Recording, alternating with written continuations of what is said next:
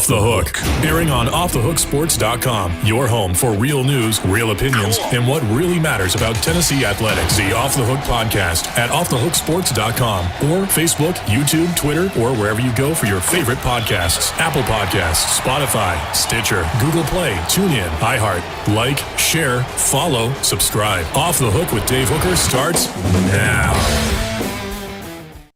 Let the dogs out? What? Do what? Let the dogs out. You know, like, who let the dogs out? Who? Off the Hook, airing on offthehooksports.com, your home for real news, real opinions, and what really matters about Tennessee athletics. Always available on Apple Podcasts, Spotify, Stitcher, Google Play, TuneIn, iHeart. Like, share, follow, subscribe. Always available wherever you find your favorite podcasts. Welcome to the program with the one, the only, Amanda LaFratta. I am Dave Hooker. Please go ahead and click on that subscribe button, the like button as well. That helps us show up on your feed more often to be a part of your day. We're with you each and every day at 8:30 with you for the next 90 minutes and loaded for bear. A big show today. John Adams of the Knoxville News Sentinel will join us because he is just so excited about message board bingo that he can't even see straight. He wants to participate. Nobody loves making fun of fans more than maybe John Adams. If there is one person, it's Amanda. So it will be a fantastic part of the program later on. John Adams will join us. We look forward to that. Amanda LaFratta, how are you, ma'am? I'm doing well. How are you, Dave? I'm well. Let's go to Caleb Calhoun with Off the Hook Sports, and we're going to talk some Tennessee football. Caleb has been caught described this week, and we certainly appreciate that. Caleb, I hope you're having a fantastic morning.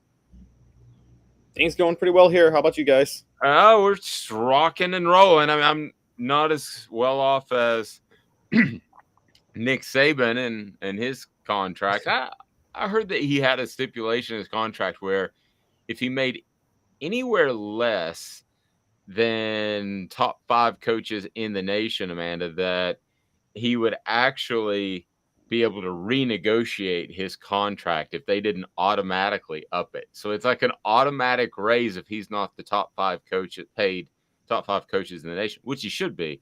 But then the worst thing that would be that could possibly happen is some bookkeeper dude in the athletic department forgets to adjust the contract.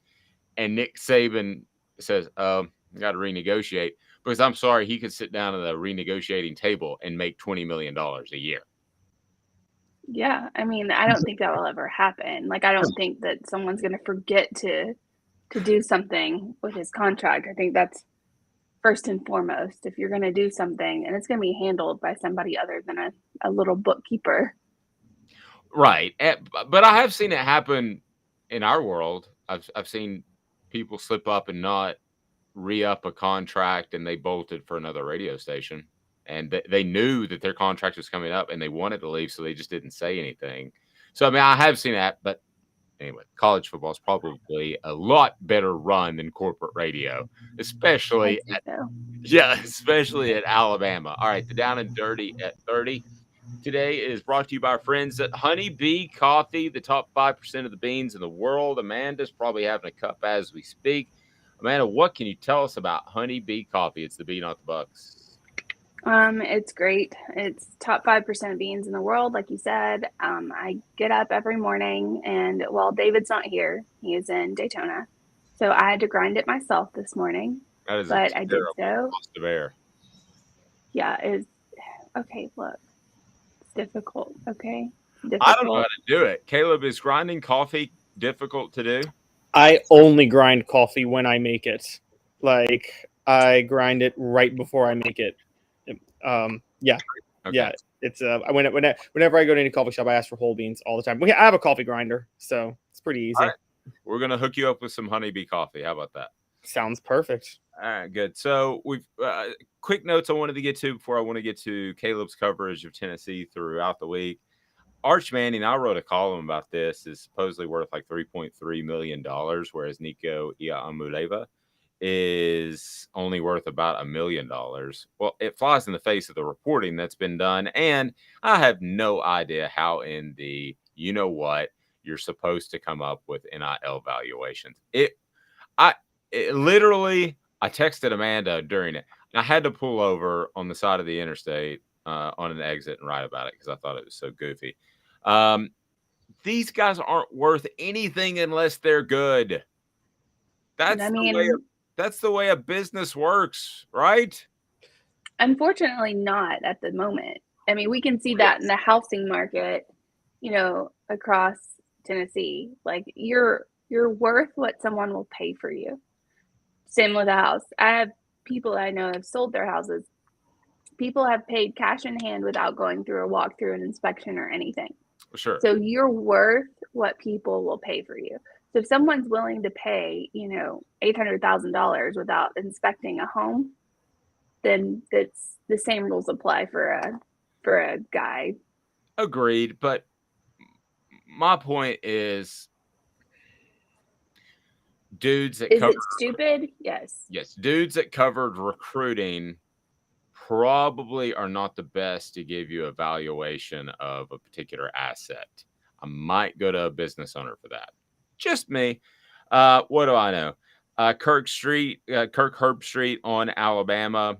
He was on the call last night. And we've got football, which is the most exciting part. When looking at the SEC race, Reese Davis asked Herbstreit if Alabama is the preseason favorite to win in the SEC. He says, yeah. That was a pretty easy answer. You've got a generational talent, a defensive end. You're good everywhere. You would have to think the offensive line would be better for Alabama because they were bad last year. They really only ran the ball against Cincinnati. They gave up way too many sacks, I think 120th in the nation. Plus, you had Bryce Young get them out of a lot of situations. So if they address that, and they're going to be really, really, really, really good. Like, it wouldn't surprise me if we're having the conversation at the end of the year. This is one of Nick Saban's best teams, and that's saying something. Doug Marrone, it's so funny how coaching works. Doug Marrone was an offensive line coach at Tennessee, and he was an offensive line coach last year at Alabama. He's been a head coach in the NFL. So wouldn't you think everybody would love him and have great success? That didn't really work out that way. Not always.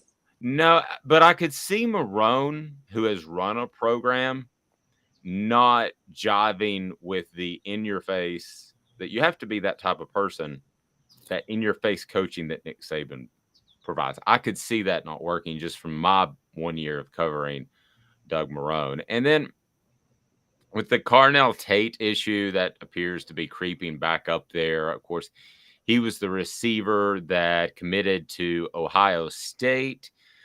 But Tennessee fans were really excited about him. Some of these guys go viral, take off. People get excited. He was one of them. Some chatter around him, according to VolQuest, but we'll see. I mean, at the end of the day, Ohio State has an awful lot to offer. I would rather play in the SEC on a personal level, but we'll see what he ends up doing, a 5-star wide receiver. All right, so let's get to Caleb Calhoun. A great piece on Jimmy Holiday. I want to kind of recap the week on offthehooksports.com. But here's Jimmy Holiday, a guy that, we've been hashtagging free Bru McCory all week. And here's a dude that's on campus that didn't sue his previous university, that hasn't transferred 15,000 times. That seems like a pretty good option at receiver.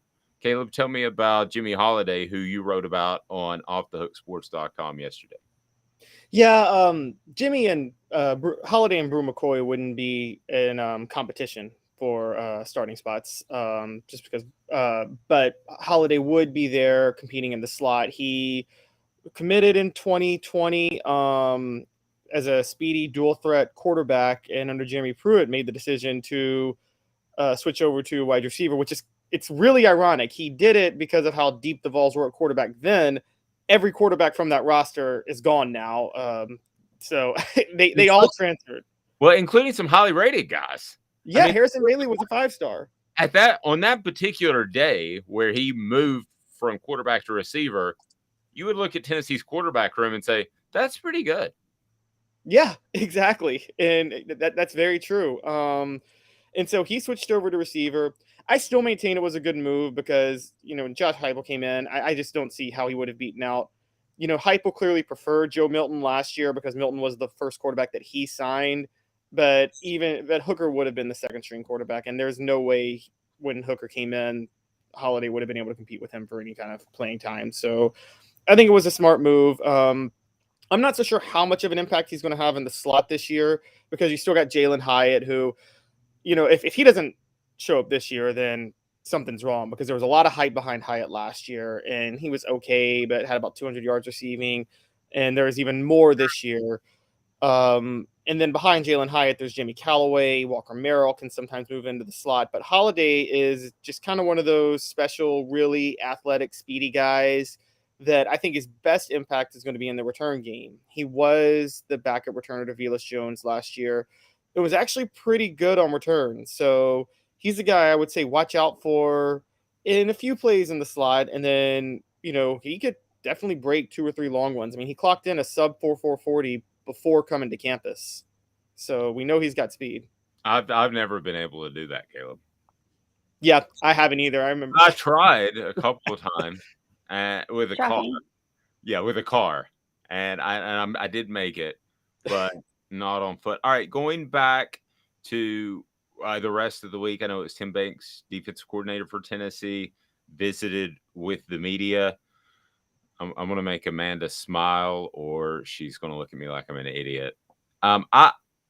Based off what he said, and we'll get your take, I think Tennessee is going to be much better in the secondary, almost by default. They were horrible. I think their pass rushers are good. I still wonder about the War Daddy defensive tackles in the middle. Amanda hates that term. But though I don't think they have that yet. I don't think they have the 315, 20-pound guy, maybe even 330 with great feet. I don't think they have that yet. Do you see that? Is that a deficiency? It's hard to say because I would say like Elijah Simmons and DeJoun Terry, I wouldn't say they fall into that category, but you don't really know with Latrell Bumpus, who we wrote about earlier in the week, because he was an edge rusher. And Karat Garland has been in the system for a while.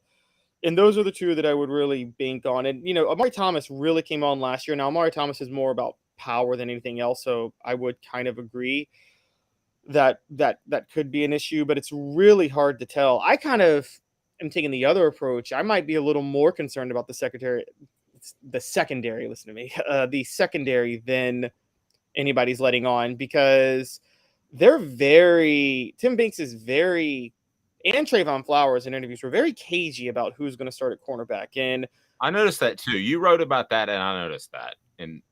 And people forget this, but yes, the secondary was horrible last year, but a lot of that is skewed because they were just slightly below average for the year in yards allowed per pass. It was more just, look, they often score so much, the defense there's going to be a lot more possessions when you're giving up a lot of plays. And I think where it really got skewed was the Music City Bowl. Alante Taylor opted out, which he should have. I would encourage any athlete going pro to do that. I'm going to be honest. And Warren Burrell stepped in to the top cornerback spot, and Burrell was solid all year. But then when he moved into that role, I mean, he was just that was just horrendous against Purdue. And so I think there's an issue that I don't think they know who's going to be able to guard another team's number one receiver yet. I don't think they have an answer there. No, I don't. I don't either. I think a lot of fans thought it would be Andre Turrentine. He would just show up. People don't realize he only played in like 4 games at Ohio State. I mean, he was far from a proven product when he came to Tennessee. So only 3 of those was on special teams. Let's not forget about that. So it's not like he played 4 games in the secondary. He played 3 on special teams, and the 4th one he was in the secondary in a blowout. So it's. I feel like there are about 5 guys on this roster that have become almost mythical in what they're going to do this year. For some reason, people ask me about Turrentine all the time.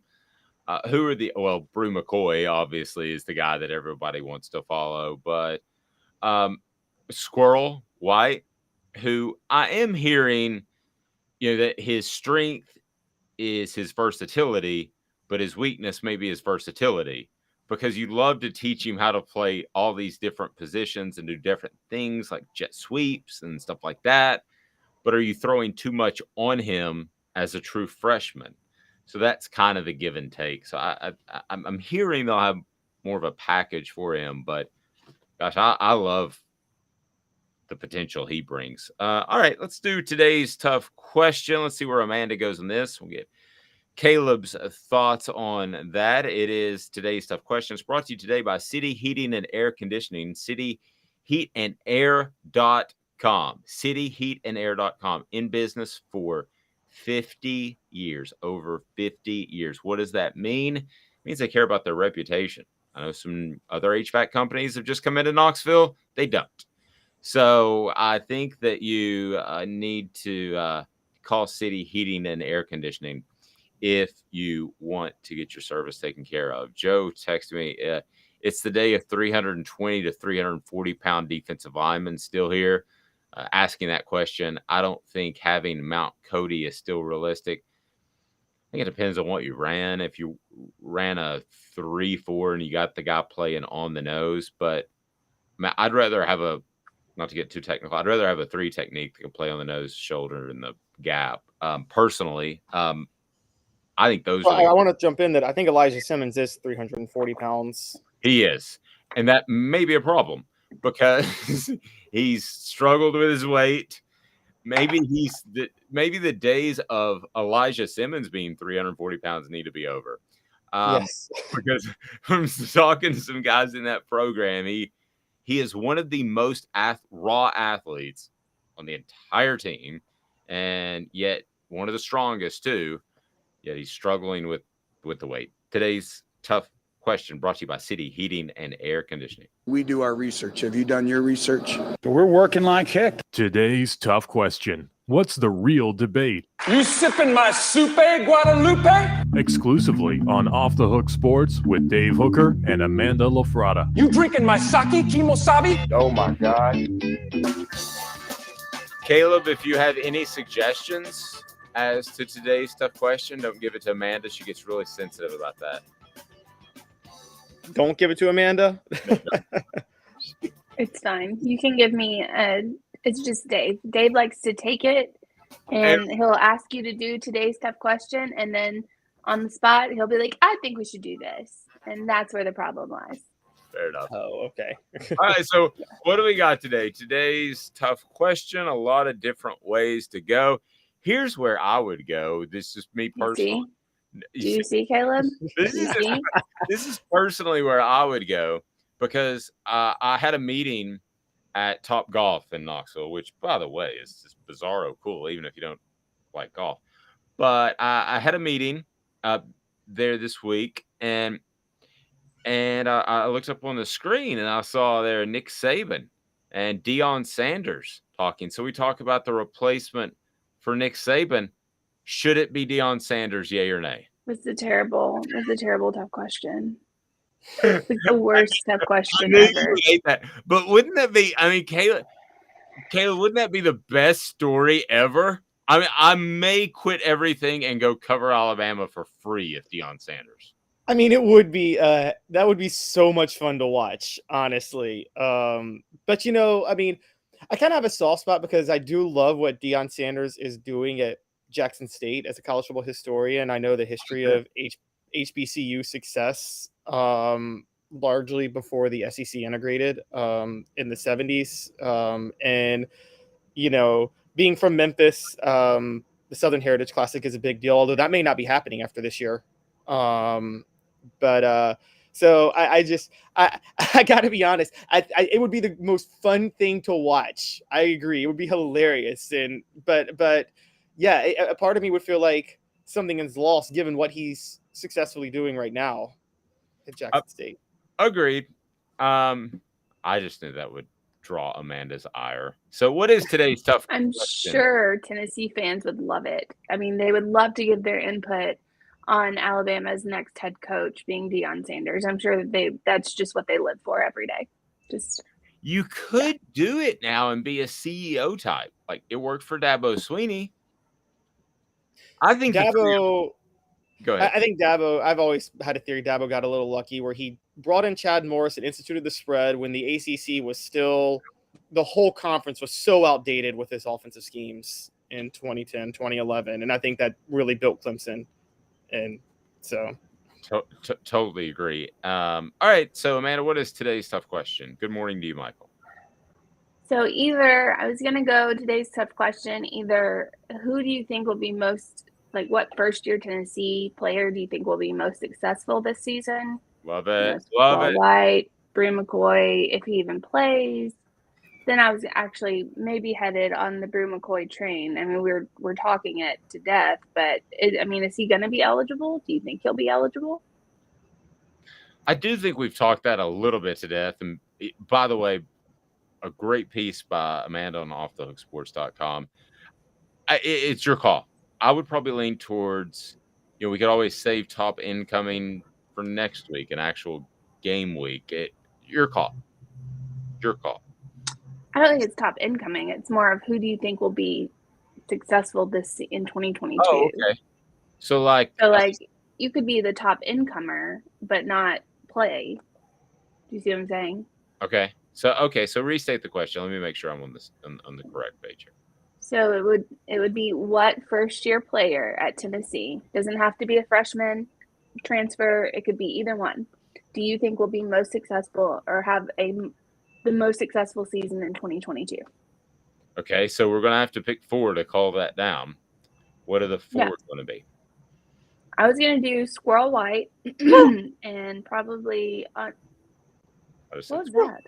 Squirrel. Oh my gosh, you sound like a dog barking. Calm down, Georgia fan. All right, Squirrel White, Andre Turrentine, Bru McCoy, and maybe Wesley Walker. Is that his name? Wesley? Yes, Wesley Walker.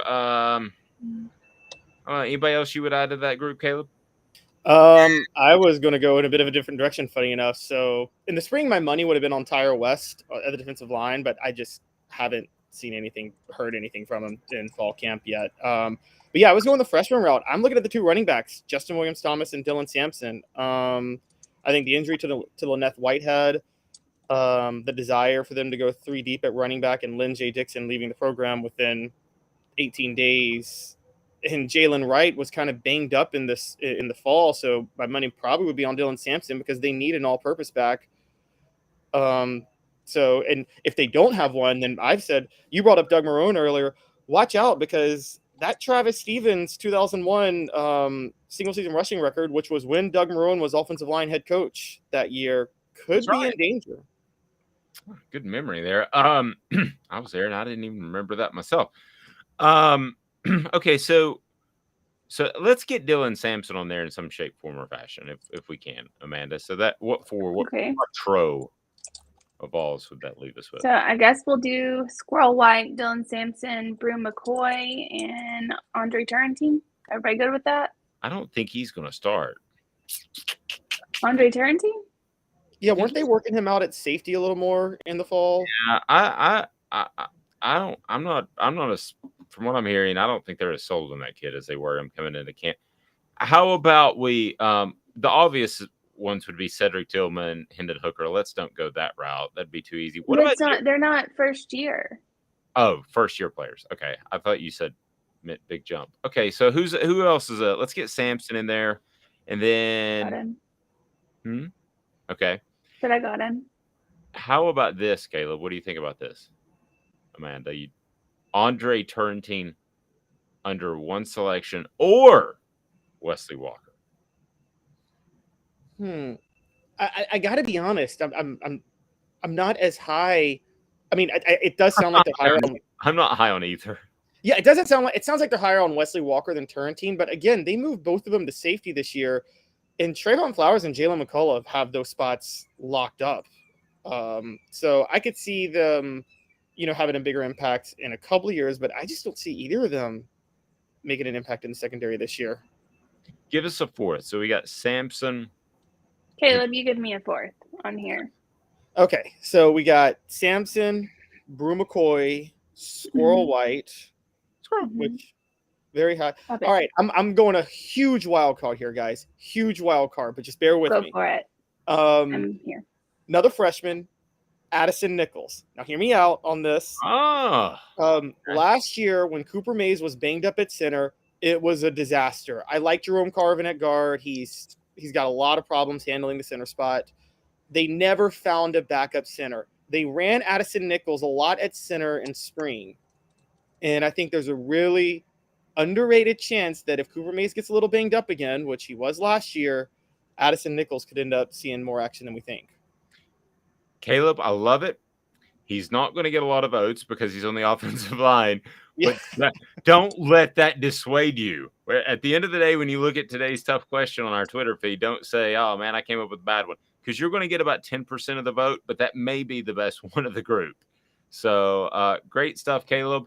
We look forward to your work. Again, welcome to the team. We've just been flying by the seat of our pants this week in particular. And I haven't had an opportunity to properly welcome you to the team. And welcome. Yes. Thank you, guys. Yes. Great to be here. Amanda's the boss. She runs everything. I'm kind of the window dressing. So if you're, and my wife. Yes, he's the one. He's the good-looking one of the bunch. So that's why we do the podcast form now with the video instead of just audio, so you can see Dave. Yes. Oh, I see that. I can tell. Yep. Yeah. Who was it? Who was the soccer player that I was referred to? I never can remember her name. Megan Rapinoe. Megan Rapinoe. I was told I look like Megan Megan Rapinoe at SEC Media Days by various people on Twitter. That was kind of. Wow. Do I look like Megan Rapinoe at all to you, Caleb? You know, I can't really see that, honestly. Caleb's he's breaking up, so he doesn't know what you just asked him, so it's fine. Yeah. All right, Caleb. We'll let you out of here, buddy. We appreciate it. We'll visit with Caleb a couple times a week. You heard the insight. Great insight on the Vols, so we appreciate that. So, Caleb, ball tomorrow. This is exciting. We're actually playing the football tomorrow. So, thanks for joining us. We'll talk to you next week, and welcome to the team.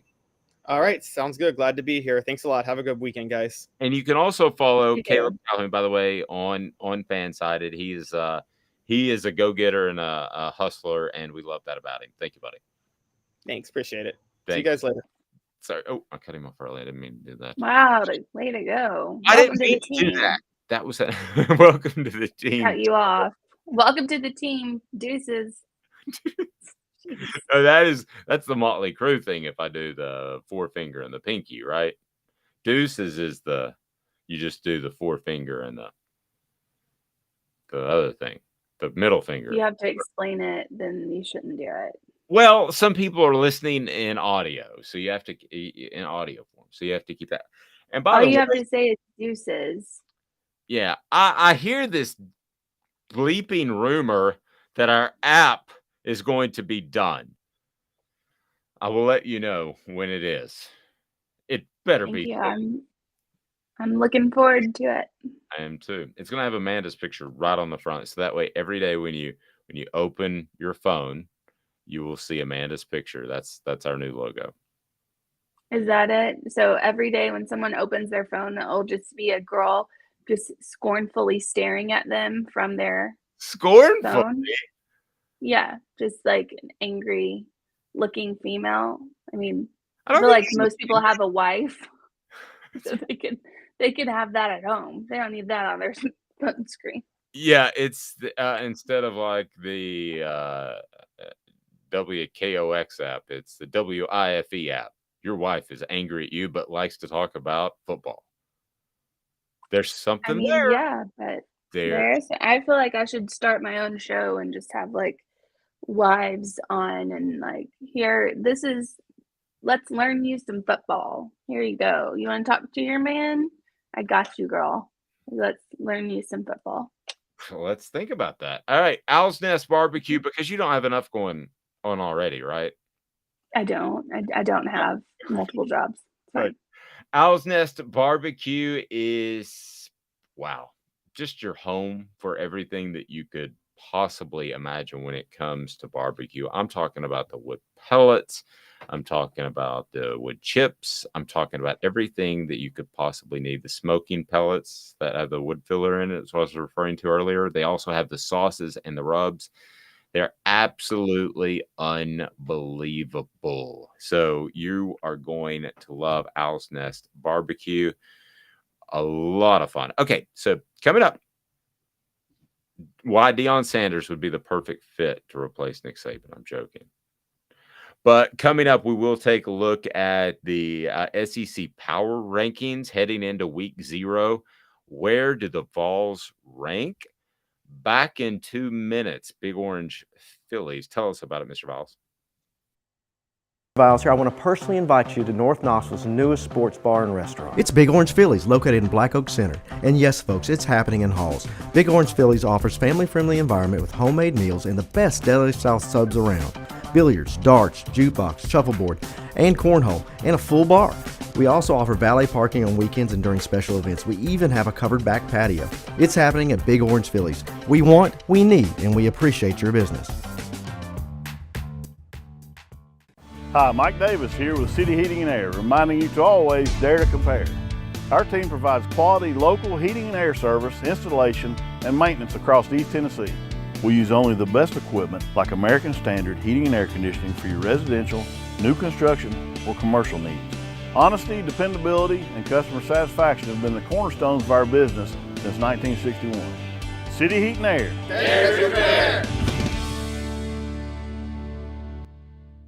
This is Owl's Nest Barbecue Supply, so come on in and see all the different rubs and sauces we have, plus a complete line of Green Mountain grills. Don't be overwhelmed. We have plenty of help so you can produce the best barbecue and amaze your family and friends. Barbecue is America's food. We'll do what we can to bring you all the best products.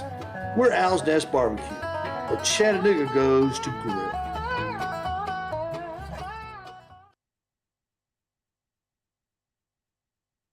Do you want to own the more that owns every job? Then get to Vassey Lawn and Garden in Cleveland and get you a Toro. I'm David Vassey, here to talk to you about Toro.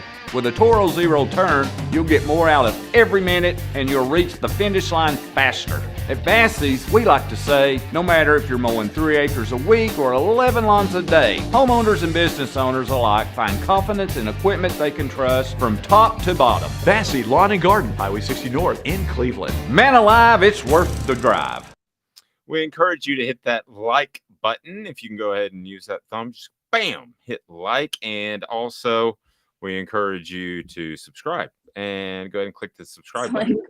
And for some reason, Amanda's video just dropped off into like the waiting room. I didn't click anything. I have no idea why that happened, but Amanda's back. So if you're watching on video, you're like, where did Amanda go? She's the reason I watched. Oh, I know why. I switched from Wi-Fi to hardwired. Oh, okay. Well, you look great. Yeah. You look great. Thank you, Dave. Yes. It must have been the change in quality. Was that what it is? Or the better camera brings out your beauty. Is that a nice way to say it? It's pretty good. Okay. Thank you. No, it's just the hardwired internet versus the Wi-Fi. So Big I Orange. realized I was on Wi-Fi and dropped that off. So there we are. Big Orange Phillies has the fantastic food that you need to know about there in North Knoxville. Get out there. We had the wings over the weekend, and it was awesome at Big Orange Phillies. Casual shouldn't mean stale. Great taste, the name of the game. That's Big Orange Phillies. They've got darts, billiards, live entertainment, and karaoke. Again, I remind you that Big Orange Phillies is family friendly. And there were a lot of kids there, and we had a really, really good time. So there was a lot of kids there, like a lot. It was cool. It was, I got to bump into some old friends, including Jabari Davis. Jabari Davis was a guy who's still very influential in the community and does a great job and was a pretty darn good running back for Tennessee. That was one of the big recruiting gets. I remember Tennessee getting Jabari Davis because Georgia really wanted him. And it was the J Train coming. We did like an extended show. This is way back in goodness knows when, but we like extended the show because the J Train was coming to Knoxville. In retrospect, that was probably a little bit of an overreaction. Just a little bit. He was good. And whenever you can like I don't know, best a rival, I think you can go all out. Fair enough. Ha ha ha ha ha, dangling your teammate. Yes. You should have had. Ha ha ha. Okay, sorry, keep going. Joe saying, I need Coach Lance and his interaction with Danny White. He was on the Twitter with Danny White. We don't know if Coach Lance is stalking Danny White or not, but it's a possibility. Tennessee's athletic. I don't think that's rude. Well, playfully stalking. How do you playfully stalk? Oh, I don't know. You give gifts when you creep them out. I don't know. But Danny White, I still go back to Danny White, if not for the broken wrist, would have been one of the top 4 or 5 Cowboys quarterbacks of all time. No, not the same guy. That's another Danny White. JL saying, need a cartoon image of Dave yelling in a mic while hanging on a large hook as the app image. Well, that's better than me just hanging.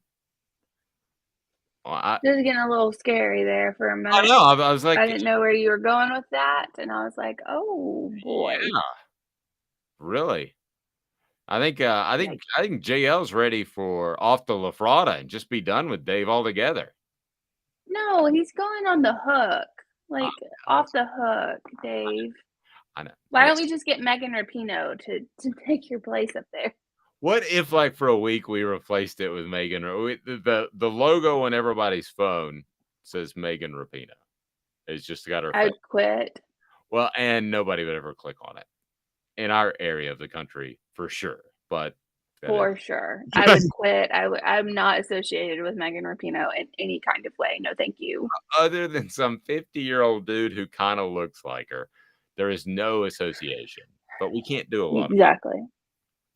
All right, we want to remind you to like and subscribe to this video. Click on that like button, hit subscribe, and we'll be a part of your day. We broadcast live each and every weekday at 8:30. Saturday down south with their power rankings entering week 1.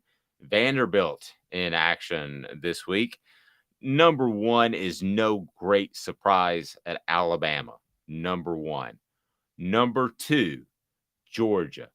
No great surprise. I think that's just about the easiest pick, Alabama to win the West and Georgia to win the East, that has ever been. Barring a catastrophic series of injuries, both of those teams will be in Atlanta. Sorry. No, I don't think so. Okay.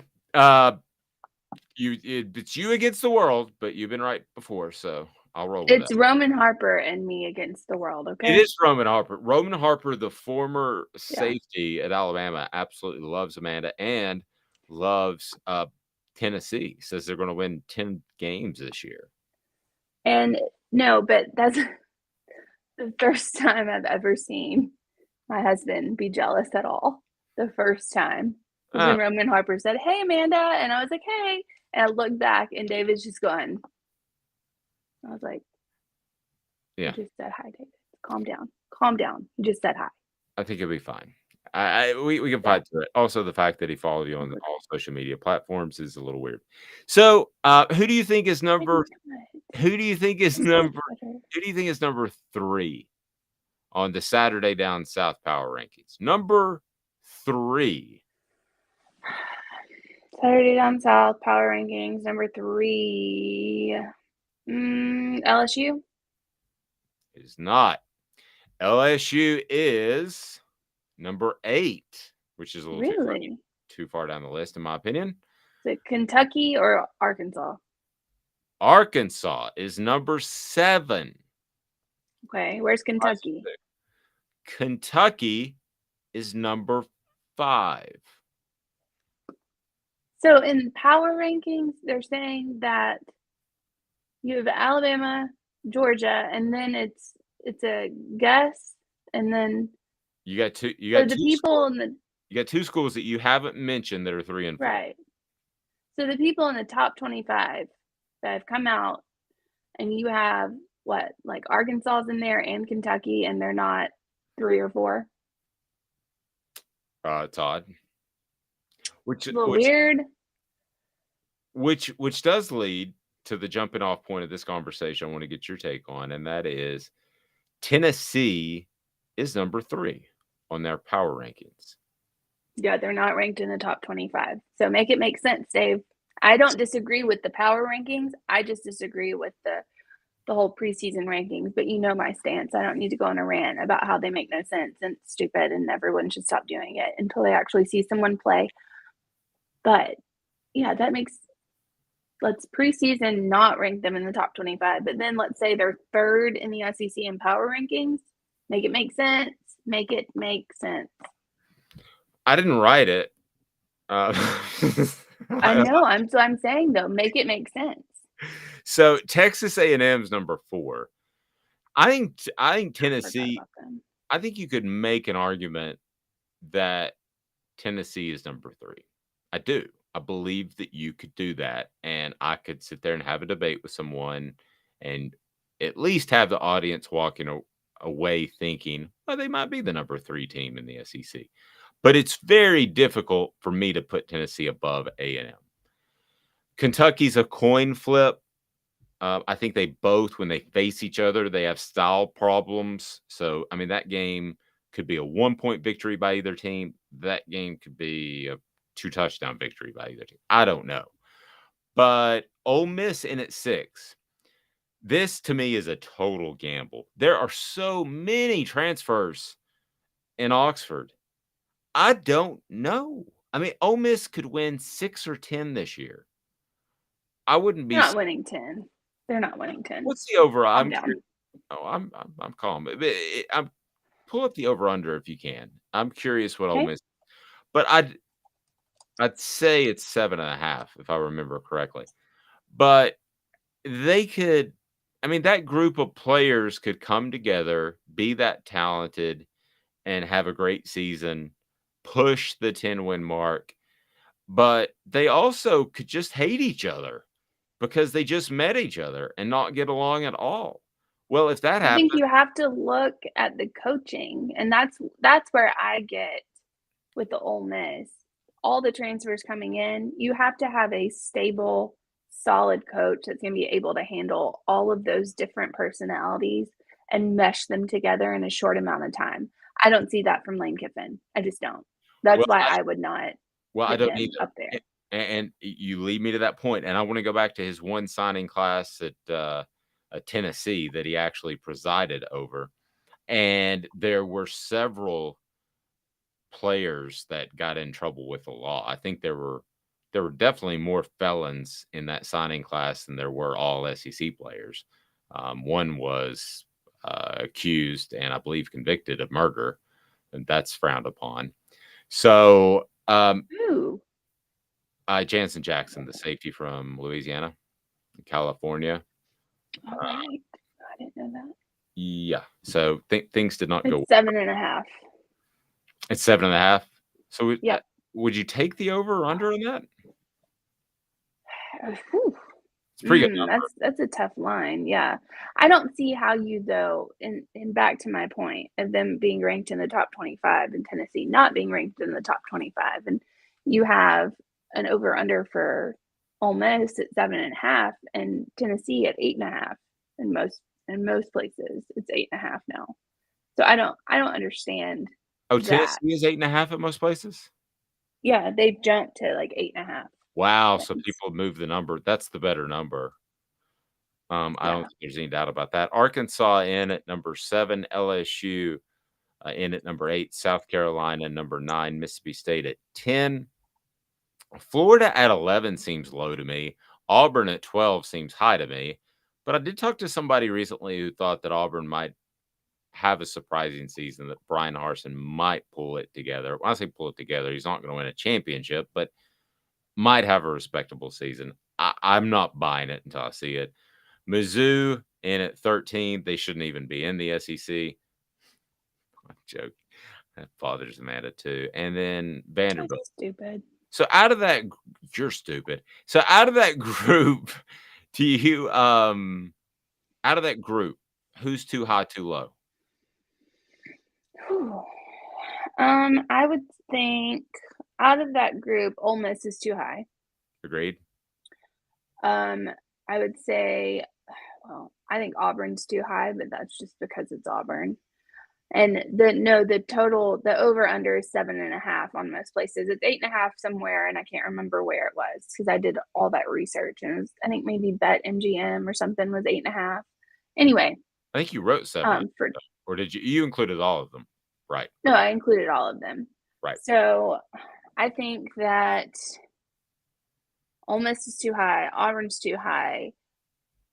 Florida might be a little too low, but I don't think not that much too low. It depends on how Napier does with what he has there. Let me think. Vandy's Vandy. Mizzou, I think, is a little too low, honestly. Okay. You like Mizzou. And A&M's too high. And A&M's too high. Okay. Yep. That's the rankings spot Saturday down south. So let's do this. Let's this just popped into my mind, so I'm catching a little sideways here. But if you did the top 5 power ranking, I don't need to go all the way through the SEC, but I'll give you mine first to let you think about it. I would go Alabama, Georgia.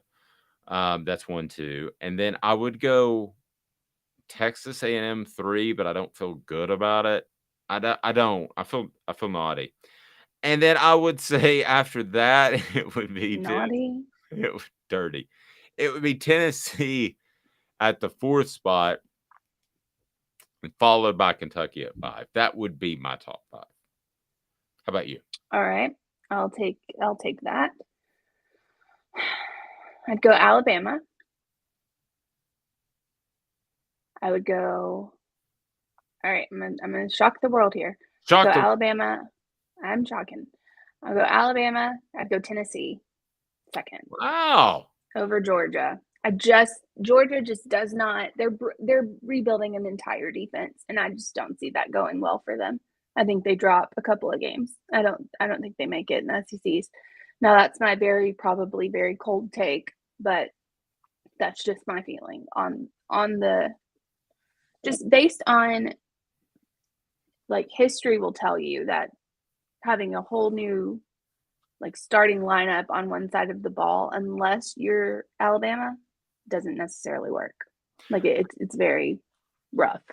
I think we find out fairly early this year, Amanda, if Georgia has become the next Alabama or not. Because if they roll out there and they win 11 games, they make it to the SEC championship game, you're going like, okay, they're close, really close, if not at Alabama's level, just in terms of being able to restock talent. If they do lose a couple of games, and I think you said that you think Tennessee upsets them, which would be a monstrous upset for the Vols. If that is the case, then you look at them as having a heck of a season. Then, if I'm Georgia fan, I'm kind of wondering, because in 1981, 1980, they won a national championship with a guy named Herschel Walker and Buck Bellew, who handed the ball to Herschel Walker. That was his main job, and a really good defense. And so you're thinking Herschel's going to win another one in his next year before going to the USFL. He did not. And they had a lot of returners. They should have won it. I believe lost the bowl game. It's a little bit before my time. And then they didn't win another one until 2021. Yeah. That was 40 years. I mean, it's harder to repeat than people think. I mean, and I know it looks pretty easy considering what Saban's done at Alabama, but that is very, very, very rare. That is never going to happen again. I'm sorry. It's never going to happen again. So I don't see Georgia being as good as they were last year. And why I say that Tennessee would be second in my book is because I look at it and I kind of break it down, just not even a thorough breakdown. It's just off the top of, my head. And I see, who would I rather have? Hendon Hooker or Stetson Bennett. I'd rather have Hendon Hooker. I'd rather have Hendon Hooker, his arm, his ability to run, his, he's dynamic in the pocket. And I would rather have him back there and the offensive line that's going to be in front of him than I would Stetson Bennett at Georgia. And so when I look at the defenses, I feel like Tennessee's offense can carve up Georgia's fairly new defense. They're new and as in working together on the field. Fairly new defense, then I think that Stetson Bennett could carve up anybody else's defense. So I'm gonna finish my list. Oh, okay. So Alabama. Oh, go ahead. All right. Alabama, 1. Tennessee, number 2. I would say, honestly, LSU's number 3. Just because the talent out there is just insane.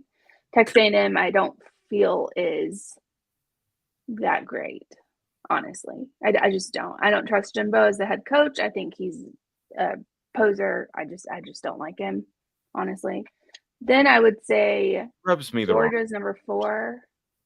He what? He rubs me the wrong way too for some reason. I'm really not sure why. He's just a snake in the grass. He reminds me of Urban Meyer, and I just don't like him at all. Well, anyway, I really did. Well, they both. It's a great comparison. They both left an SEC or I should say Southeast program in shambles. Florida State. I mean, he didn't even recruit the last year there. He knew he was leaving. He knew he was going to Texas A&M, and he didn't want to be in the ACC any longer. He wanted to be in the SEC. Texas A&M had a ton of money, so he just mailed it in recruiting, and it showed. And yeah, he left him high and dry, and I can't stand Jimbo Fisher. I just can't stand him. And it has nothing to do with him beating Alabama or anything like that. I don't care about that. Who cares about that? It's a game. It's just him as a person. He just seems like a shady, like snake in the grass, like used car salesman kind of guy, honestly. All right. Well, not a great day to send in our request for Jimbo Fisher at 2023 SEC Media Days. But do you want my number 5 team, or are we going to skip that? Yes. What's your number 5 team? Let me see. Who did I say? Alabama, Tennessee, LSU, Georgia's 4, and then 5, Kentucky. Okay, I could roll with that. Do we? I mean, outside. Okay, you and I disagree on Georgia, but the consensus you would agree is Georgia's the number 2 team in the nation. It's Alabama, Georgia, and everybody else. And I know you disagree, but that's kind of the consensus. If Alabama, Ohio State was the consensus 1 and 2. I was saying, and SEC. Then it drops. Just SEC. So in the country. No, did I say country? SEC. Yes. So Alabama, Georgia in the SEC, most people would say are the 1 and 2. And then, really, when it comes to Tennessee, Texas A&M, Kentucky, Ole Miss, Arkansas, LSU, I'm going to stop it there. So those teams right there are just kind of in a jumble. To me, that's the second tier. The next tier drops at South Carolina, Mississippi State. Now, I would have Florida in the second tier. They don't. And then the last tier, I would have the lowest tier would be Vanderbilt, Auburn, Mizzou, and that'd be it. That'd be the 3 teams. So again, click on that subscribe click on that subscribe and like button, and we'll be a part of your day. But those are our thoughts on the top of the SEC. Go ahead, Amanda. So Ole Miss, you'd have them in the second tier?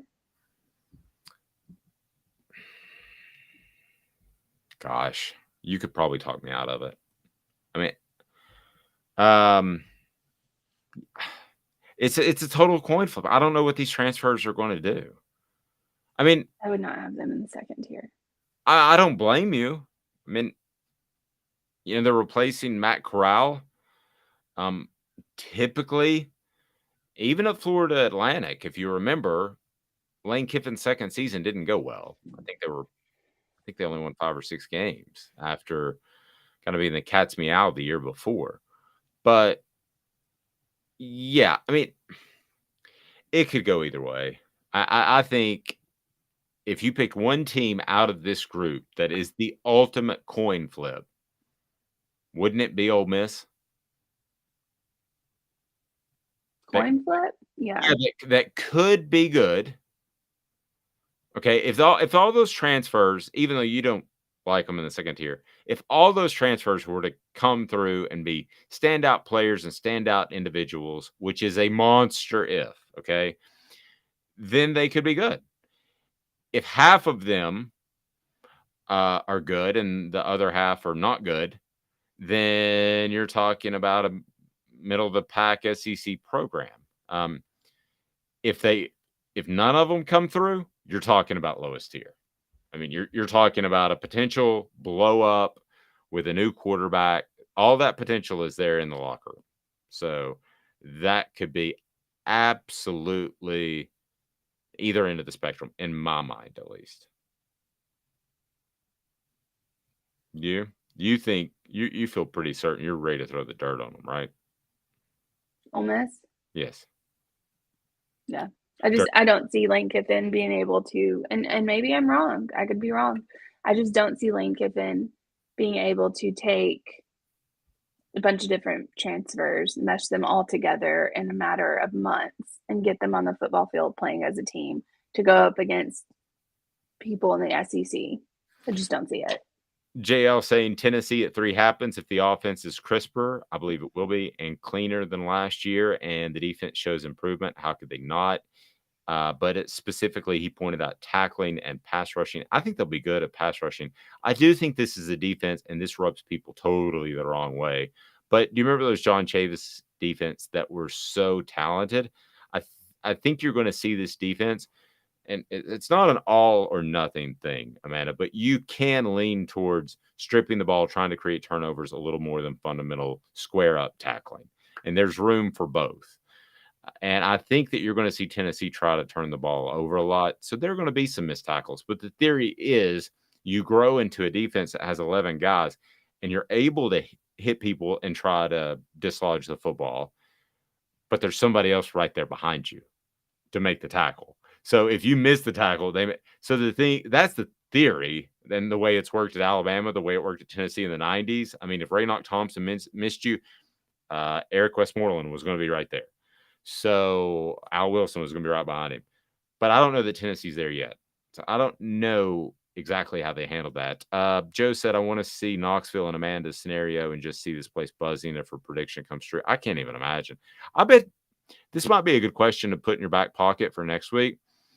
Would you rather beat Georgia or not beat Georgia if it meant losing to – would you rather beat Georgia and lose to Florida and LSU? No, or can't compare two teams. It's 2 games. It's the record. No. Can we just rewind? Pretend I never said that. Joe's saying Zool beer would be electric. Certainly would. Zool beer, the official craft beer of Off the Hook Sports, and it's delicious. Worldwide award-winning beer, and they are always right there downtown. Panoramic view, and they've got beer, ice cream for the kids, Amanda. I'm joking. No, stop that. It's not for the kids. Don't even. No, there's no ice cream for children. There's no ice cream. There's not. You're not even allowed to bring in ice cream from elsewhere. No, you can bring in ice cream from elsewhere. They don't care. Okay. No, but do not order the ice cream for your children. It has alcohol in it. Please don't. Did your parents ever do this? Did they No. they? Okay, you don't even know what I'm going to say yet. I do know what you're going to say. No. Buy food from one restaurant and go into another restaurant and eat it. That used to drive me crazy. 2 minutes. We're going to be joined by a very special guest, John Adams of the Knoxville News Sentinel. Stay tuned, but I do want to be sure that you are aware of Craft Treats. Go to crafttreats.com because Craft Treats will hook you up with the type of CBD that will help your pet. Just going to leave it at that. Simple as that. Whether it's anxiety, whether it's arthritis, we have even thought about funneling some of the Craft Treats with the CBD in it towards John Adams. So we might do that. We'll talk to him about that because he has a list of maladies. But he will join us next. Stay tuned. More after this. She's Amanda LaFratta. Well, when you get old like us, we both have maladies. John Adams up next. Gary Viles here, Viles Automotive on Callahan Drive. I've been selling cars here in East Tennessee for 27 years. In that time, I've come to realize it's not about the car. It's about you, the customer. So I'm here to take care of you just like family. Good credit, bad credit, you name it, we can get you taken care of. If we don't have it, we can find it for you. We go across the country to get any vehicle that you want. And here at Viles Automotive, we don't believe in fake numbers. We just give you great deals. And as always, we want, we need, and we appreciate your business. Do you want to own the more that owns every job? Then get to Vassey Lawn and Garden in Cleveland and get you a Toro. I'm David Vassey, here to talk to you about Toro. With a Toro Zero Turn, you'll get more out of every minute and you'll reach the finish line faster. At Vassey's, we like to say, no matter if you're mowing 3 acres a week or 11 lawns a day, homeowners and business owners alike find confidence in equipment they can trust from top to bottom. Vassey Lawn and Garden, Highway 60 North in Cleveland. Man alive, it's worth the drive. This is Steve Rain. I own the Midnight Oil and Michelin Tire Direct service station here in Ottawa. It's not a fancy place, never has been, but it's a clean place with clean restrooms and good folks who work here. We sell gas and fix cars, nothing glamorous, but we love what we do and we're going to keep doing it for a long time to come. There's not many real service stations left, and that's a shame. We're the guys just like the guys back in your hometown. We'll fix your tire, change your oil, and put a new set of Michelins on your car. If you want a Twinkie, you'll just have to keep on going. Thanks for the business.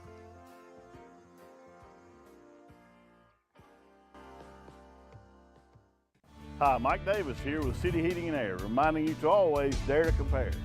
Our team provides quality local heating and air service, installation, and maintenance across East Tennessee. We use only the best equipment like American Standard heating and air conditioning for your residential, new construction, or commercial needs. Honesty, dependability, and customer satisfaction have been the cornerstones of our business since 1961. City Heat and Air. Dare to compare.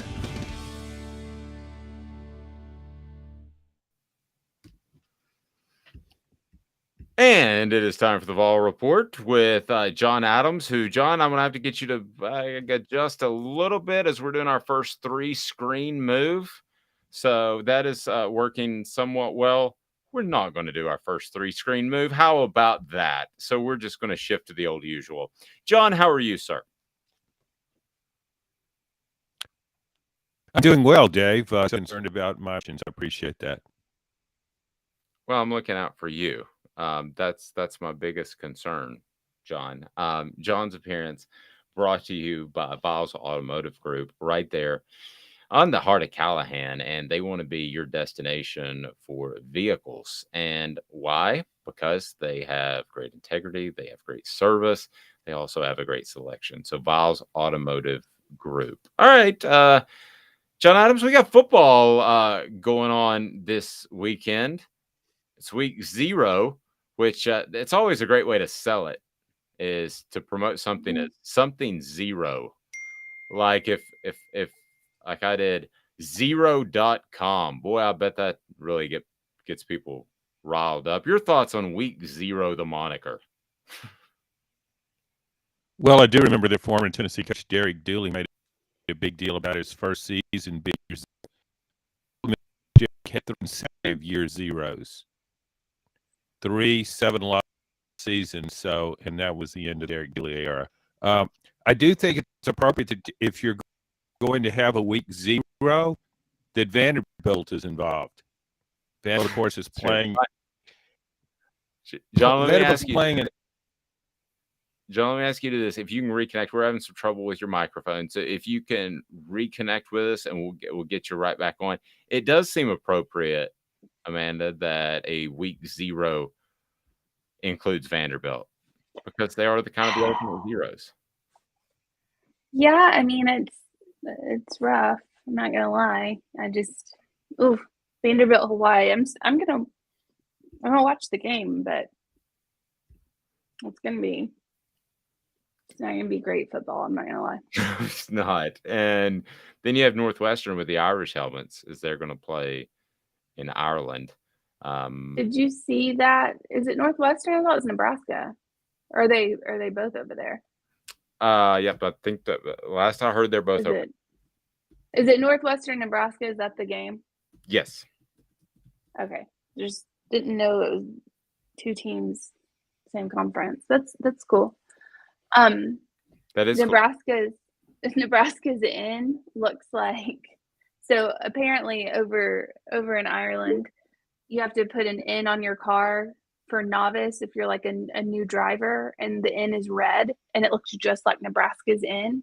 So they were like, everyone's going to go over to Ireland and see all of these N's on these people's cars, and they're going to think that they're all Nebraska's fans, but they're actually just novice. That's what it means. New driver. Let's bring John in here. John, did you know that there was a novice label for drivers in Ireland? Yeah, I was in Ireland for a couple of weeks, but I never heard that. I think it should be for Nebraska fans, because Nebraska is very far removed from his football dynasty of many years ago. So sure, they appreciate the support from the Irish people over there. Right. As they Full go boost. They go from pub to stadium. John, should ultimately, instead of an N for novice, should it just have a W for woman? No, I think I think what they need, I think the N should stand for nevermore. Nevermore. Nevermore for Nebraska. Yeah, it's the glory days of Nebraska are long gone, and I don't see them coming back. I don't either. We're talking about the actual N on the cars for novice, and I had a joke there that Amanda, I don't think was too. I'm gonna get you a D and an A for your car. So, unlike women, what will the DA stand for, John? The what? DA will be on my car. I think it starts with dumb. No, don't put yourself down, Dave. No, Let's it does. see. No, it does. No, it does. Yeah. It does. Gosh. Yeah, it's rough, John. It's either you making fun of me or Amanda. But college football is here. Your thoughts on the way the whole season started, and with this week 0, and the fact that it is finally here. And I know Alabama and Georgia are probably, Amanda disagrees, we talked about that before you came on, but are probably the known commodities. But after that, I mean, there's a lot of good storylines in the SEC this year.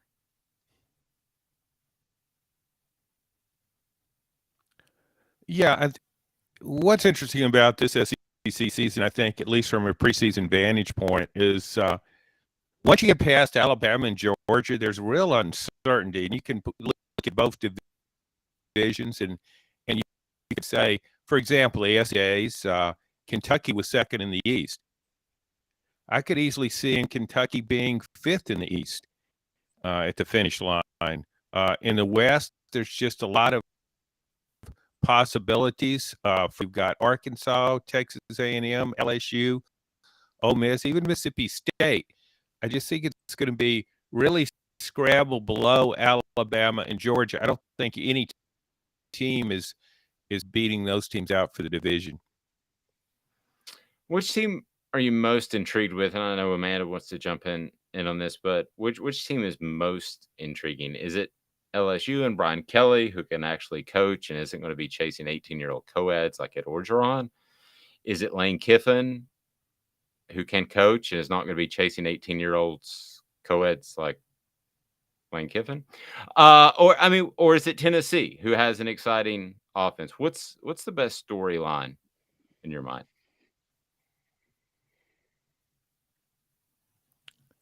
I kind of like, I would say of two come to mind quickly. You mentioned Ole Miss.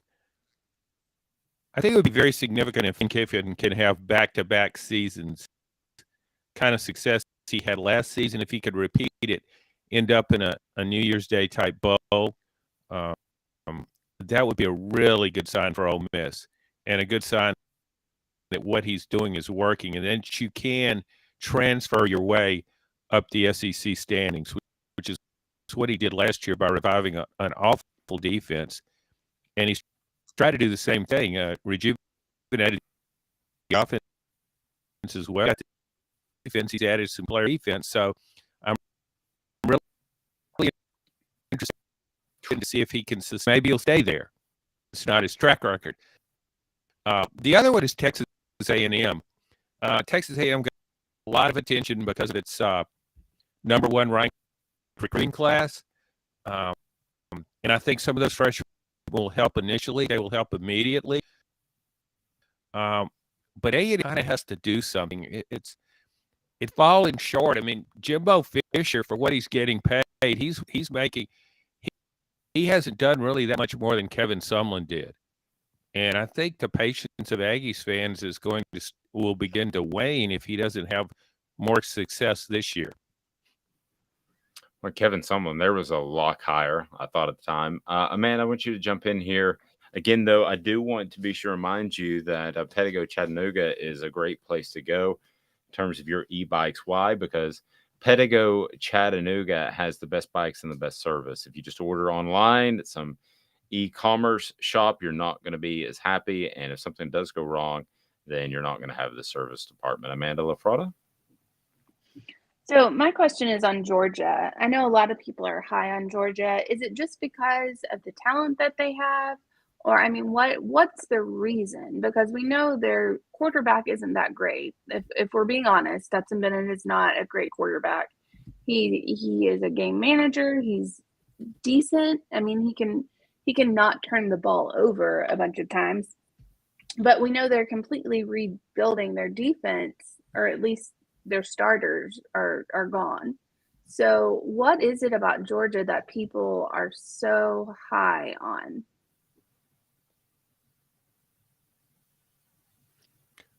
Well, I think it has to do with Kirby Smart's recruiting. He's recruiting at an Alabama-like level. And if he can do what he's done in the past, a lot of guys to the NFL and place them with more guys who are NFL bound. For example, they've had some key losses the last 2 years at linebacker, but there's a guy, Jamar Dumas-Johnson, who probably can be their next star linebacker. He hasn't really played that much before. I think Georgia's secondary could end up being better this year than it was last year. Jalen Carter, to me, in defensive line, best defensive lineman maybe in the country, was better than Jordan Davis last year. So I think they'll be fine on their defensive front. I think they still could have the best defense in the SEC. I'm not as down on Stetson Bennett as you are, Amanda. I kind of had the same take on him and Nick, but as I've seen him, I don't really think him so much as a game manager anymore. For one thing, more prone to mistakes, game managers, but I also do he can really run. I think his speed is underestimated, and he can make plays with his legs, and I also think he's improved significantly as a throwing the deep ball. We saw that in the national championship game. So you still have to wonder, going down the stretch in a fourth quarter of a close game, if Georgia has that many close games, if he will be able to make plays to overcome whatever mistakes he does make. And so that will be interesting. But I've kind of come around on Stetson Bennett. He's better, much better than I thought he would be. Well, let me bring you back around. He's a big stiff. Well, the big stiff Alabama last year in the national championship. That is fair. The big stiff did that. So what do you think about Tennessee? Your thoughts, and just what the Vols might be able to do this year. This year 2 jump, everybody's expecting a significant one. With that comes pressure, but Tennessee, they're deeper than they were last year. I think we would all agree there. I wonder about their receiving core. I think Bru McCoy's eligibility is a big factor with Tennessee. because he's a big, strong receiver that can run pretty well. And I think teams, the best teams that have at least Alabama and Georgia have the kind of defensive backs that can jam Tennessee players at the line of scrimmage, and that's a good way to have success against Tennessee's offense. But overall, I just like Tennessee to build on what did last year with 8 starters returning on an offense that averaged 39.3 points a game. I think points a game and be one of the top 5 scoring teams in the country. And its defensive shortcomings, they have those, certainly. I just think they'll be able to outscore most of the teams on their schedule. John Adams of the Knoxville News Sentinel and the USA Today Network. Having a little bit of trouble with John's connection, but I think we can get through here. We were going to play some message board bingo. And I talked to John last night, and I didn't want to oversell it, but I did tell him that it was the greatest radio bit in the history of man, and that it was created by Amanda LaFratta, who absolutely blew it out of the water. Have I come up with today's tough question? Yes. But that was 20 years ago. Amanda's the new wave, John. Amanda's bringing us message board bingo. Best of 3, first to 3, whatever the case may be, wins. Message board bingo is now. All right. So number 1. Did anyone catch that when the reporter asked about if he named a starter? I think he knows that we know that he knows, and that's a good thing. So the message board poster is saying, I think we know what he knows, that he named a starter.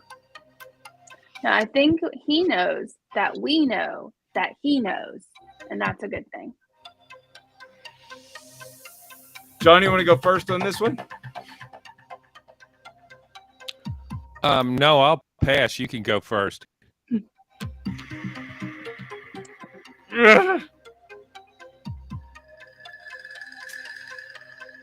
Clemson. Not Clemson. John, what message board poster said that? I will say Ole Miss. It is Texas A&M. Texas A&M. 0-0, round 2. All right. So here's the latest information I've been able to gather. National media is starting to pick up on what I've been sharing since last summer. Moves by Fox Big Ten may result in ESPN deciding that the ACC's no longer serves its business model. SEC games on all 3 major time slots in 2024, noon, 3:30, 8, all on ABC. SEC going to at least 9 conference games, which ESPN will pay extra for. Texas and OU will likely be joining the SEC early in conjunction with a new Big 12 compromise deal currently being worked on. ACC will be resolved within 12 months. Big 12 currently appears to be the leading frontrunner for the best of the rest conference. Big 10 and SEC very likely to announce expansion to 20 in the next year. All gas, no brakes over the next 2 years. Buckle up. John Adams. I have no idea about. It's an ACC school. None. It's an ACC that helps. school. Hint. ACC. Joe goes. I heard half of it. Joe said Clemson. It's because I have to get you a hard line dropped into your office. Joe said Clemson. Is that correct, Amanda? No. John, give me an ACC school. NC State. NC State. No. No, it is not NC State. Who is it, Amanda? It is Florida State. It's Florida State. Okay. All right. Round 3, message board bingo. Here we go. They're long. All right. I think KU's attractiveness to the SEC is hurt by 2 things not in your control. Wait. Missouri has. Wait. KU's attractiveness? Yes. Kansas? Yep. When? Just go with it. Just go with it. I'm not sure when they were attractive. Go ahead.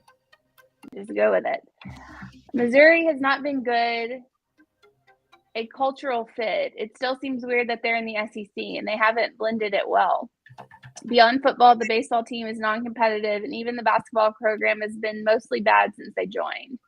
Kansas is unfairly, I think, viewed as a potentially similar cultural outcast. Number 2, Vandy's total inability, unwillingness to compete or invest in football reflects poorly on the whole league. Their stadium is really bad and nobody goes to the game, so it looks bad on TV. Again, it may be unfair, but people associate Kansas football with similar issues. It's not unfair. Kansas has a lot of issues in football. I mean, they might just want to disband the whole program. Start a second. Hey, that wouldn't be a bad idea, John, if they just started the second basketball program. Yeah, to have Kansas, play basketball in the football stadium. Yeah, have Kansas and then Kansas 2, so that you have 2 teams, and you probably make the NCAA tournament with both teams because the money you could pay them, because you've disbanded the football program and you've taken that booster money and you've shifted it to Jayhawks Part 2. All right, we are off the topic here. Well, I tell you what, if Kansas wants to revive its football program, somebody 100 pounds overweight, because that's the last time it had any success in football. Very true. Good old Eric Mangini. Ooh, caw, caw, caw.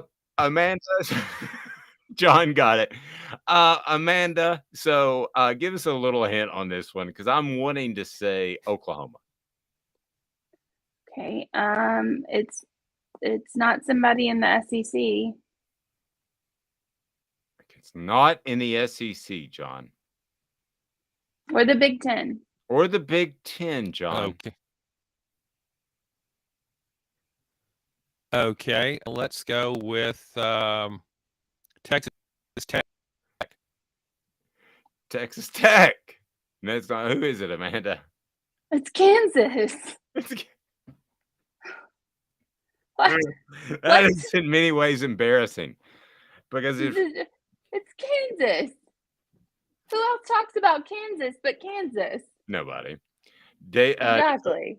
Dakota saying, bad idea, Dave. I was joking about the Kansas thing. So, John, we will talk to you next week. We'll get your final prediction. But we did have the Saturday Down South list, the power rankings. Tennessee was number 3. There were a couple of surprises on there. Why? Because they want us to talk about it. But right now, just off the top of your head, who are the top 5 teams in the SEC? I'll go with, of course, Alabama and Georgia right off the top. But then probably go to team could be any one of a number of teams. Ole Miss could be in there. I think Tennessee will be the second team in the East, so I would put E up there. All right. We will talk to you next week, John. Have a great weekend. What time is that Vanderbilt game? I don't know. It's in Hawaii. It's not late enough. I'd like to see it kick off about 3 a.m. Eastern time. So it doesn't mess up your television. It doesn't mess up your television at all.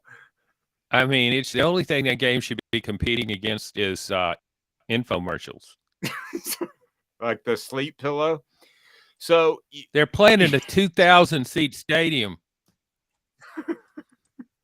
The other stadium was condemned. I bet it won't be filled.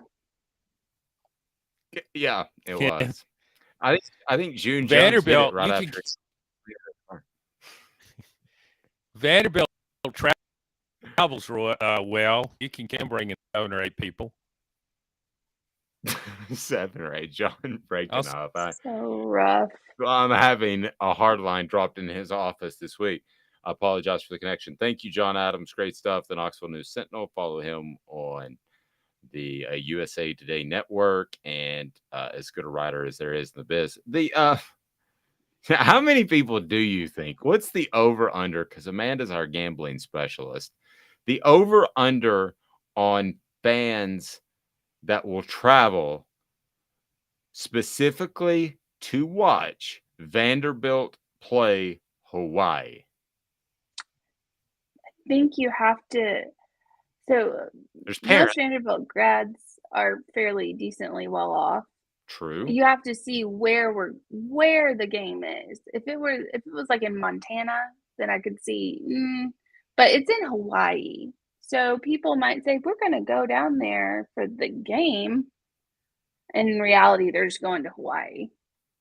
Yeah, that's what I was kind of sort of trying to dance around. But I mean, how many people are going for a 3 or 4 day weekend just to see the game? Oh, you'd have to go for longer than 3 or 4 days. Yeah, it's that would be almost awful. 10 hours to get there. Joe says it's Vandy's bowl game to start the season. Man, if we covered Vandy, Joe, I would steal that headline, and that would be the lead headline on tomorrow on offthehooksports.com. But thank God we don't cover Vanderbilt. All right, Amanda LaFratta, it is time for This Day in Sports History. This Day in Sports History is brought to you by our friends at Bassey Lawn and Garden. Man alive, it's worth the drive. Bassey Lawn and Garden. They've got it all, whether it's Toro, whatever it might be. They're there for you. That's Bassey Lawn and Garden. So we get to it now. It is This Day in Sports History. This Day in Sports History. Putting things in perspective, exclusively on Off the Hook Sports with Dave Hooker. You're so old. When you were a kid, rainbows were black and white. And Amanda LaFratta. New Kids on the Block just called. They wanted you as a backup dancer. All right, what happened on This Day in Sports History, Amanda LaFratta? Something terrible. Oh, no. Well, then if it's bad, then I'm going to kill the bed because I hate it when people put music beds underneath something bad happening. So what do you got for us? I killed the bed. Today in sports history, politics were introduced into the NFL when San Francisco 49ers Colin Kaepernick kneels in protest during the U.S. national anthem. Oh, so that was this day. Wow, how many years ago has that been? It was in 2016. I don't know if it feels like longer or less, to be real honest. I don't know, but either way, it was just crap. So, yeah, that was a weird time. I my whole thing in that, whatever you think about kneeling, turned into this Colin Kaepernick should be playing and has been blackballed by the NFL. And listen. You can call it blackballed if you want to, but do you he just sucks. Yeah. Sorry. He is not a good quarterback. Right. Do you want to sign a second string quarterback that is going to bring a circus top environment to your preseason camp? And he would. For like a totally different reason, it's the Tim Tebow argument. Because a lot of attention followed Tim Tebow. There was like a circus type of environment. Now, with him, it's because of his Christian faith, which I'm all about. But do you want an average to below average quarterback and the circus when you can go get an average quarterback without the circus? I think that that was lost. I mean, whether or not there was collusion to not have him get another job, Amanda, I don't know. But he wasn't very good anyway. No, he was bad. He was a bad quarterback. I'm sorry. He just was. He had one good year and that was it. And he was bad. And it was very me. Everything was about me. It wasn't. I mean, you can't have a quarterback that wears a Fidel Castro shirt walking around. Yeah, I'm sorry. And the one that bothered me were the pigs and the socks where he had pigs and police officers' hats that he wore to practice. I mean, even still, like the thing about the Fidel Castro thing is that he is notorious for being, a communist leader and being horrible to his own people. It just shows you the ignorance because you're sitting here saying you're standing up for, against brutality and for social justice. And then you're wearing a Fidel Castro shirt. Yeah, there was an awful lot of ignorance going on in that whole situation, and that was It was so stupid. probably the prime example of it. But there was a lot. There was a lot of ignorance, and yeah, Dumb. we will be back with you at 8:30 on Monday, and we look forward to that. 8:30 a.m. We stream live, and next week, John Adams, Josh Ward, will have also Jacob Warren, Cooper Mays, the whole 9 yards. We'll have Caleb Calhoun of offthehooksports.com, where you can check out Amanda's fantastic work there. And it's game week. So really, Monday will be like Wednesday of game week. Did get the first game week media availability for Tennessee. It ain't great. There's not a lot of people talking. So, well, but we can also, look at why USC is a crap program if you want to. Sure, we can. And it's okay, quite frankly, that there's not a lot of people talking, because nowadays nobody says anything, because 18, 19, 20, 21-year-olds are nervous being in front of 50 people at a press conference setting. But I'm not telling UT how to run their business. Have a fantastic day, everyone. She's Amanda LaFratta. I'm Dave Hooker. Now, how would you feel if you were 18 years old and you said, okay, you're on the football team, but you got to stand in front of 50 people and talk to them? Boom. Best example, quick story. Do you remember Jabril Wilson, who played a long time for the Giants? No. He was they brought him in JUCO. He came in first week of January. He was so nervous that I thought he had a stuttering problem, honestly. And next time we interviewed him in spring practice, after he'd been coached a little bit, he's like one of the best speakers on the team. Like, they just threw him out there. Not that I want to be a sports information director. Have a fantastic weekend, everyone. And yeah, we got friends being made. Again, Mavis and JL. Please, your name. Where would you like to be friends? I'm sure what's going on there. All right. Good luck. Yep. We're just connecting people left, right, and center. More Tinder on Monday. She's Amanda LaFratta. I'm Dave Hooker. Never tendered.